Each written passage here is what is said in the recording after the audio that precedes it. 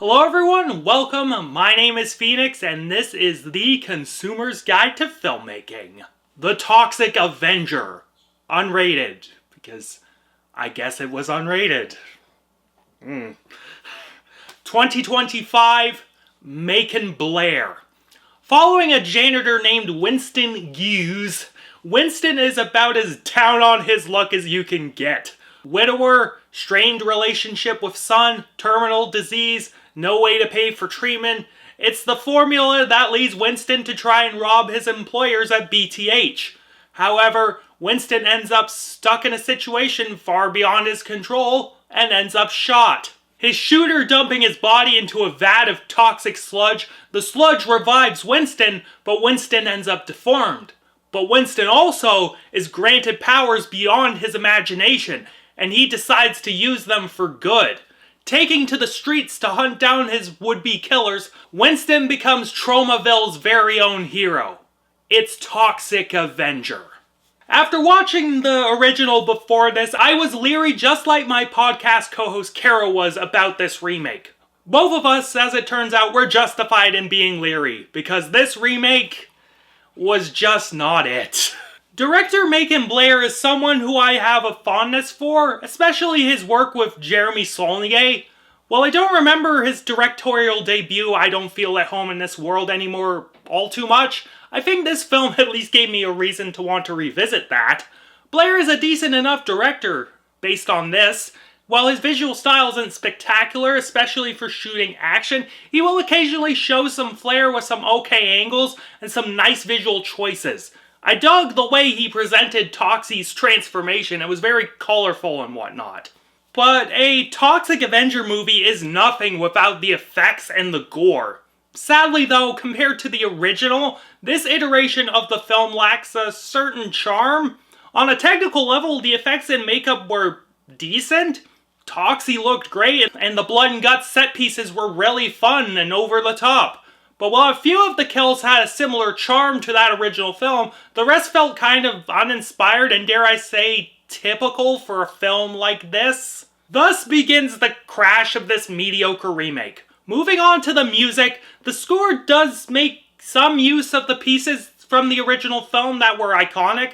The piece that sort of acts as Toxie's theme music was used well in this film. The rest of it was, I guess, fine enough as well. 80s pop music, heavy rock music, the sort of stuff you would find in one of these tongue-in-cheek gorehound action comedies. The Motorhead bit with Dinklage singing Overkill was kinda super cringe though. Like, I get that's what the character would be into, but it came off as really, really try-hard. Now, I can't blame the cast for the writing because the cast were trying. Peter Dinklage gave it 100% for this script, and if it were a better script, I would be all for him playing Toxie. He was entertaining and sold it well. Guys like him, Elijah Wood, Kevin Bacon, they were really some of the saving graces of the film. Jacob Tremblay was also in this film and he was perfectly good. Taylor Page played the female lead of the film and she also purported herself amicably. Whoa, baby. In short, everyone was just doing their job. But actors being professionals can't fully save a mediocre script. As I've alluded to, there are moments throughout the film that feel like they were accurate to the spirit of Troma. There was a bit where Taylor Page's character pretends to be a ditz, but it only goes as far as the guards accidentally shooting each other. That was funny. That felt like it could have been in the original Toxic Avenger. It was some slapstick that was right out of the first movie. Also, there was a bit where the cop goes, okay, it's a riot, and just shoots his gun in the air. That was a fun bit. Then there was a random meme air horn sound in that sequence. I don't know why, but me and Kara were just sent into fucking orbit by that for some inexplicable fucking reason. But those sorts of moments were so few and far between. The rest of this film is just sort of an edgy 2010s teenager interpretation of the Toxic Avenger. It was full of corny, overplayed tropes and predictable beats that turn a dumb slapstick movie into an overly serious slog. The humor that doesn't feel like Troma bits felt like fucking they-them Twitter users thinking they're edgy and owning the fucking conservatives. The entire bit at the fast food joint was not only a labor jab at reactionary politics, but it also completely relegated the blind love interest from the first film to being a dumb bit part. Like, fuck off. Sarah was one of the best parts of the first film. Fuck you for ignoring it for hacky nonsense. There's also so much fucking member berries bullshit in this film, it fucking hurts. None of it is subtle either, or clever. The newsman that gets killed in the beginning is named Melvin Ferd because, get it? The main character from the first Toxic Avenger? Kevin Bacon's character's old nickname was Bozo because that's the name of the villain from the first film.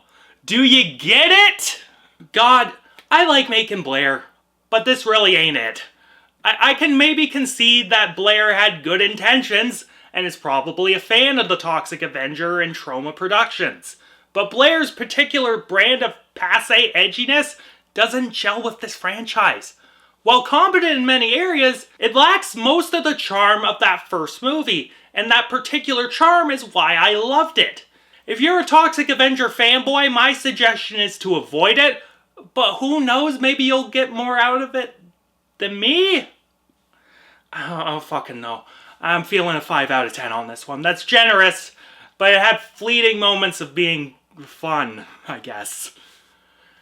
Catch you later, guys.